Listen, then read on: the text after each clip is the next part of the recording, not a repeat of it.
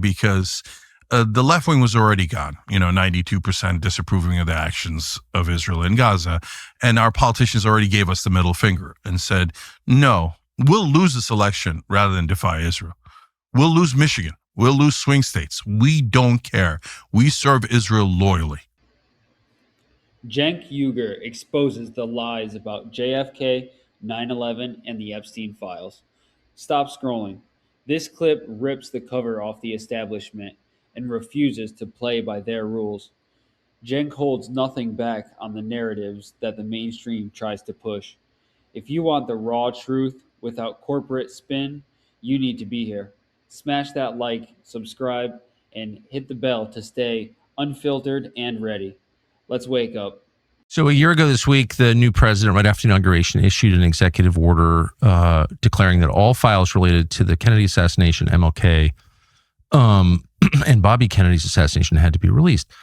And they haven't all been, unfortunately. But in tranches of documents that have been released in the last 12 months, we've seen again and again references to Israel have been, and there are a lot of references to Israel in the files around the Kennedy assassination, interestingly, have all been redacted for 62 years, 63 years. It's like, what?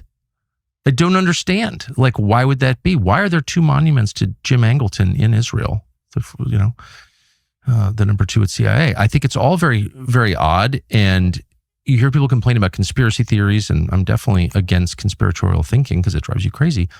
On the other hand, in the absence of transparency, that stuff grows like algae. I mean, what do you think? If you don't tell people the truth, like, what are they supposed to think? They're going to come up with all kinds of theories. Why would you redact references to Israel in the Kennedy files for 6 decades? Like, what is that? That's almost an admission. So, like, I didn't know. It's very odd. I'll say that. So I didn't know that until recently. And again, establishment media never talks about these things. And again, it's not just about Israel. So, for example, on 9/11, we're redacting references to the Saudis. Oh, I know. Why? So they say, well, they're our allies. Well, if they're our allies, then maybe they shouldn't have had a hand in 9/11, right? They didn't have a hand in 9/11. Okay, great. Then show me the redacted part. No, I won't show you the redacted part. Okay, now this is weird. Now this is our government working for other governments. And what happened after 9/11? We rounded up all the bin Ladens. Yes, there were bin Ladens in America. And we rounded up all the Israeli spies. And yes, there was tons and tons of Israeli spies in America. Following the 19 hijackers around the country. Yeah. Yep. And what did we do? We rounded them up. Oh, great. We got them. And we released them back to Saudi Arabia and Israel. Yeah. No, that's our government. And then we invade Iraq. Yeah. Which had nothing to do with it. And increased domestic police powers to the point where the country's not recognizable from what it was on September 10th, 2001. So that's our government working for other governments. Oh, I'm aware. I can't stand it. So which leads us to Epstein. Okay, so here's another one. Drop Site News has proven definitively that, in my opinion, and we'll talk about the evidence, that Epstein worked for an intelligence agency and almost certainly Mossad. Yeah. Okay. And almost certainly the CIA knew it. Of course. Okay. Yeah. So now what's the evidence? It's overwhelming. First of all, in all the emails, he is looking to help one country. No, it's not Finland. And no, it's not America. It's Israel. So how do we get cyber weapons to Israel? How do we get America to bomb Syria? How do we get America to bomb Iran? Okay. Hey, Ehud Barak, former prime minister of Israel, I can set up a meeting with you with Putin. Wait, Epstein is so powerful, he can set up meetings that the former prime minister of Israel can't. He can call Putin anytime and get someone a meeting. Then we find out that he was in the middle of the Iran-Contra affair. He was the one switching the planes out. How many civilians were involved in the Iran-Contra affair? Easy answer, 0. There are no civilians involved in Iran-Contra. Everyone was intelligence, okay? So this guy switching out planes in the middle of Iran-Contra is obviously intelligence, and that's Jeffrey Epstein, okay? So Jeffrey Epstein was much more powerful than we realized.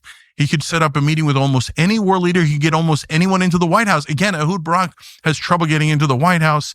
Epstein makes a call. Boom, he's in the White House. Israeli spy stays over at Epstein's house. There's just no question about it. He is definitely intelligence. And in every turn, he's looking to help one country, and it's Israel. American media says, shut up. No, Jeffrey Epstein New York Times has a story about how he's like a Forrest Gump. He just tripped over the money. And oh God, golly gee, he just happened to be an savvy investor. And nothing to see here. Now, Drop Site News already showed it. Why wouldn't you try to build on that? Why wouldn't you cover that? Is that not an interesting story? That I think it qualifies. I don't understand it. I'm not pretending to understand it, but it's certainly interesting. It's certainly interesting. Yeah. I mean, and by the way, and it seems significant too. Yeah. If you're the New York Times or you're JTAP or you're CNN, disprove it. I don't want to believe something that's wrong. So show me, oh no, Drop Site News got it wrong. Those emails are wrong. It turns out he was working for Sweden. Okay. Or no one. Fine. But they don't do that. They don't disprove it. They don't prove it. They don't report on it. They never, ever talk about it. That is super weird. Super weird. Well, speaking of an admission of guilt, yeah. Yeah. All right, quick interruption here. That absence really does matter. If the emails are false, why has no one shown that? And on the other hand, if they are accurate, why hasn't anyone reported on the full story? We must separate claims from verifiable facts. Back to the discussion. Because that is the most interesting story in a long, long time. Obviously, American people are captivated by it. Yes. Is the New York Times and CNN claiming that they're not captivated by it? No, they obviously are, right? And they report about it as it affects Trump all the time. Trump, right? I'm not saying that Trump didn't know Epstein. He did. I'm not saying they weren't great friends. They were, right? But it's a bigger story, I think we can say. It's a bigger story than just Trump. Yes, I think it is. Right? But whenever it comes to Trump, they're like, yes, it was Trump. It was Trump. Why? Magic.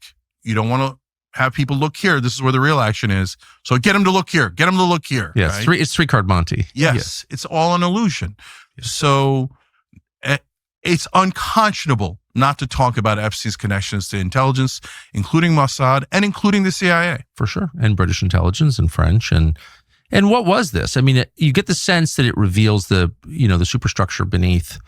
It gives you a glimpse into how power is exercised globally, because it is global, right?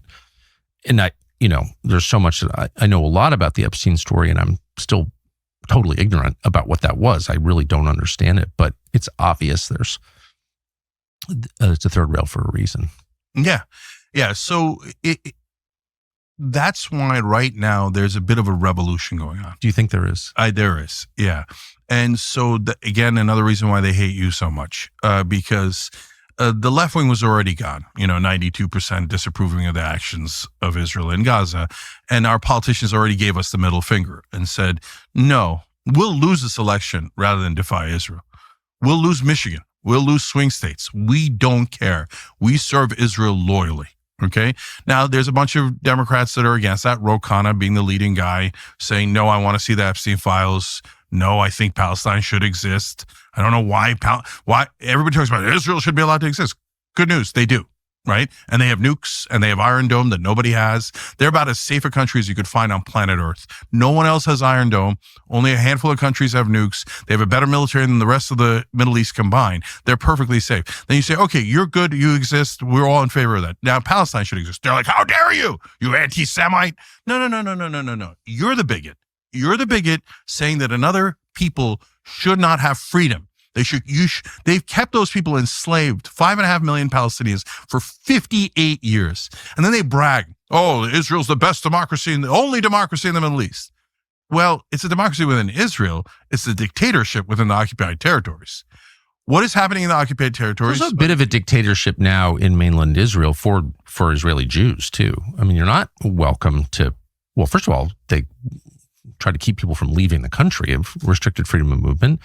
And there, I mean, you get the cops at your door for saying certain things in that country. It's in many countries that's true, but it's also true there. So, like, come on now. Yeah. Stop lying to me. Yeah. And so the media, they're an enormous part of the problem. So you see our politicians, both under Democratic and Republican presidents and administrations, say, no, we're not going to release the Epstein files. No, we're going to give Epstein a sweetheart deal back in 2008. And then we're going to take Alex Acosta and make him the labor secretary under Trump. Right? That was the funniest thing that's ever happened. Didn't work very well. Yeah. And by the way, Ghislaine Maxwell, that sounds familiar. Oh, she's the daughter of Robert Maxwell, legendary Israeli spy who stole our nuclear secrets. By the way, I don't know that that's ever been mentioned on cable news, ever. Isn't that a super interesting fact that the main co-conspirator of Jeffrey Epstein, that her dad was the biggest spy Israel's ever had? Now, you could say, hey, the sins of the father are not passed on to the daughter, so that doesn't prove anything, but it's at least an interesting fact. And it's not even the most interesting. In my opinion, the most interesting fact is Attorney General Barr covered up Epstein's murder because he was murdered. And he covered it up as the Attorney General of the United States and said, we have to let people know this was a suicide. Like, number one rule is don't let them think it was a murder. He said that before they'd done an investigation into it. So like, that's a cover up by definition. You don't even know the facts, but you're reaching a conclusion and commanding everyone else reach the same conclusion. You're covering it up. And then it turns out his father, Donald Barr, got Jeff Epstein his first job teaching math at the Dalton School. He didn't even have a college degree. Okay. And then got him a job at Bear Stearns. The Attorney General's father is the one who started Jeffrey Epstein's career and set him up with his friends in finance. And then his son becomes Attorney General and covers up his murder. I mean, what are the chances, Cenk? Like, what are the odds on that, do you think? Then you combine that with the odds on the Maxwells. Then you combine that with the odds of Israeli spies and prime ministers staying at his house. And then you combine that with all the emails he's saying, I can't wait to get America to do what Israel wants. Unlikely things happen, but we've all seen crazy things happen. It's like, oh, happenstance. And like, you know, sometimes it, you know, rolls up and you get the jackpot. I get it. That is part of life. But if it keeps happening and you keep yelling at me for noticing, I think you think I'm dumb, right? Yeah. And so, Tucker, what I think happened Come on now. Yeah. They're insulting our intelligence. You think? Yeah. And that was Cenk pulling back the curtains. If that didn't ruffle a few feathers, then I don't know what will. The truth matters, and the U.S. people are finally coming around to that. At least we hope. If you want more unapologetic truth takedowns, like this video, subscribe and ring the bell so you don't miss the next reality check.